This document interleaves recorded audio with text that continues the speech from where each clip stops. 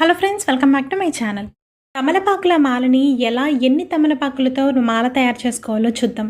ఎన్ని తమలపాకులు తీసుకోవాలి అంటే 5, 11, 21, 51, 101, 108 వరకు తీసుకోవచ్చు. తమలపాకులు అన్నిటిని బాగా శుభ్రం చేసుకొని ఒక సూదికి దారాన్ని ఎక్కించుకొని ఆ దారంతో ఒక తమలపాకు మీద ఇంకొక తమలపాకుని, దాని మీద ఇంకొక తమలపాకుని పెట్టుకుంటూ మీరు చూస్తున్నట్టుగా మాలను తయారు చేసుకోవాలి. తమలపాకు మీద ఇంకొక తమలపాకు పెట్టినట్లే 2 మీద 2, 3 మీద 3, 4 మీద 4 అలా పెట్టి కూడా మాలను తయారు చేసుకోవచ్చు. ఆంజనేయ స్వామికి ఎందుకు తమలపాకుల మాలంటే ఇష్టమంటే, శ్రీరాముడి దగ్గరికి ఆంజనేయుడు, శ్రీరామ మీ నోరు ఎందుకంత ఎర్రగా ఉంది అని అడిగాడట. అప్పుడు రాముడు తమలపాకులు తింటే నోరు ఎర్రగా అవుతుంది, అంతేకాదు ఆరోగ్యానికి చాలా మంచిదని చెప్పాడట. విన్న వెంటనే ఆంజనేయ స్వామి ఒళ్ళంతా తమలపాకుల్ని కట్టుకొని గంతులు వేసుకుంటూ వచ్చాడంట. స్వామి ఎక్కువగా తమలపాకుల తోటలో, అరటి తోటలో ఉండేవారట.